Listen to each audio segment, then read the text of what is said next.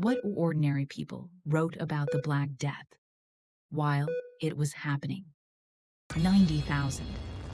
Population of Florence, 1347. City, prosperous and dense, connected by commerce to the rest of Europe, and, through the ports of the Mediterranean, to the wider world. Among its residents, a minor wool merchant named Agnolo di Tura. He keeps accounts. He attends church. He has 5 children. He also writes. Not beautifully, his Latin is rough, his Italian is functional. But he writes with the compulsive honesty of someone who cannot quite believe what he is seeing and needs to put it down somewhere, precisely as it happens. What he wrote is one of the most devastating documents in European history. It is called the Chronica Senese. It was written in Siena, where di Tura moved before the plague arrived. And it begins, like all chronicles, with ordinary life. Then ordinary life ends. The Black Death reached Sicily in October 1347, carried on Genoese trading ships from Caffa on the Black Sea. By January 1348, it was in Genoa and Venice. By spring, it was in France. By summer, in England. It moved at the speed of trade, which was the fastest speed available. What was it? Almost certainly, Yersinia pestis.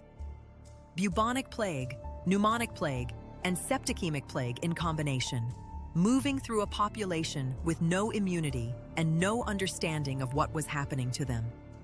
The theories at the time were many. A conjunction of planets in 1345 had poisoned the air. This was the official position of the medical faculty of Paris. Miasma from corrupted earth. God's punishment for sin. Jews poisoning wells. A theory that led to massacres across Europe before the plague had even arrived in many of those places. None of these theories were correct. None of them offered any useful protection. The plague did not care what you believed about it. Agnolo di Tura writes, "The plague arrived in Siena in May 1348.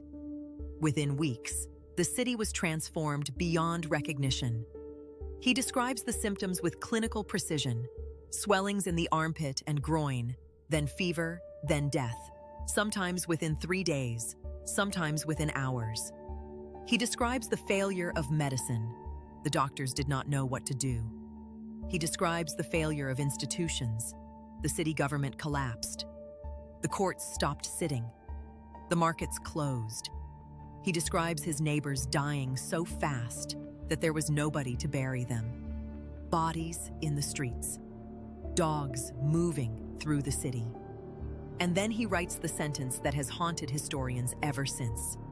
He writes that he buried his 5 children with his own hands in a single ditch because there was no one else. He continues writing. He does not stop to explain how he continues. He just does. The chronicle keeps going.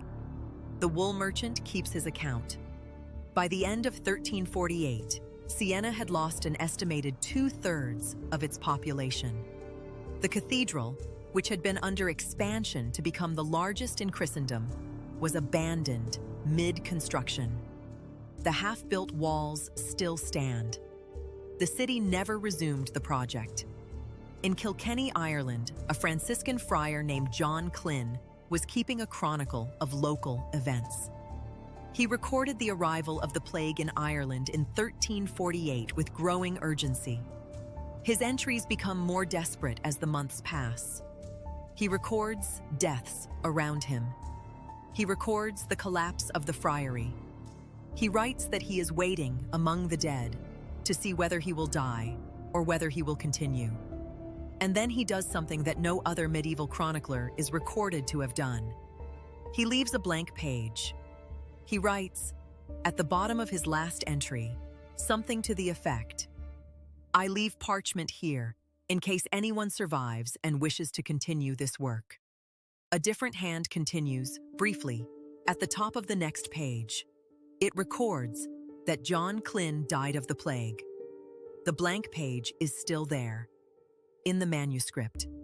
You can see it. The Black Death killed between 30 and 50% of Europe's population between 1347 and 1351.